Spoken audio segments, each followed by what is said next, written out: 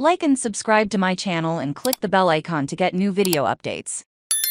Analysis: Why Congo and Rwanda are at each other's throats. Violence is escalating in eastern DRC, and fears are growing of a major conflict in one of Africa's long-held most volatile regions.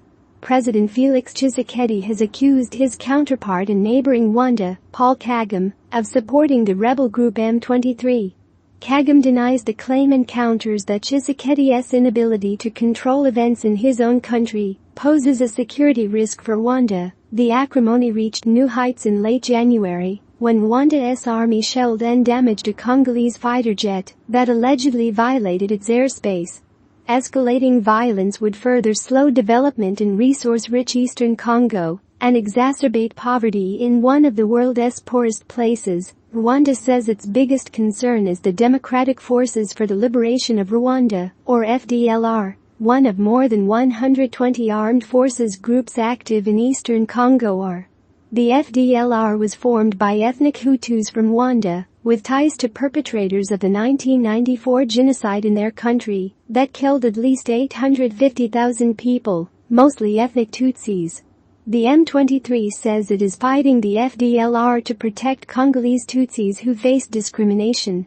The Congo army has occasionally worked with the FDLR, whose ranks have been decimated over the past decade, to fight M23s and other adversaries. M23 is not directly involved in the mineral trade in eastern Congo, but other armed groups are. UN reports also show that Rwanda has long benefited from the region's natural riches, which include forests and rangelands. The US and European Union have branded Congolese gold, tin, tantalum and tungsten as conflict minerals. This is intended to make it more difficult for armed groups to profit from their trade. But the effort had limited success. These minerals are often transported through Rwanda and nearby Uganda, according to UN experts. While Congo is nearly 90 times larger than Rwanda and far more populous, Rwanda has emerged as the more politically stable of the two, and its impressive military has increased its regional influence. However, Kagame's authoritarian leadership style and refusal to condone opposition have damaged his reputation and alienated a number of his peers.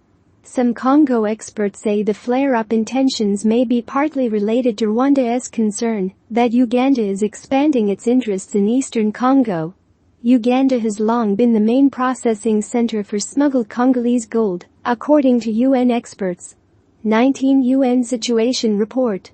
M23 continues to tighten its control of key cities in eastern Congo, committing massacres and forcing residents to flee, according to the UN, which has also engaged the Rwandan Defense Force in covert cross-border operations. The United Nations, which has thousands of peacekeepers stationed in Congo, has joined the US and others in voicing its grave concern at the deteriorating humanitarian conditions. Kenya and Angola have tried to mediate an end to the fighting. There has been no full-scale war in the region since Rwanda and Uganda invaded Congo in 1998, after falling out with then-President Laurent Desire Kabila.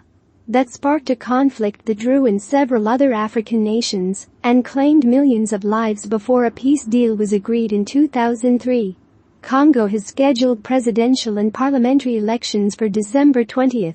The government has announced that there will be no delay, while warning that the ongoing conflict could hamper voter registration in the east. Despite Tshisekedi's attempts to blame the insecurity on Rwanda and M23, other groups unconnected to Rwanda are responsible for much of the violence and unrest, and his inability to maintain stability could hurt his chances of a second term.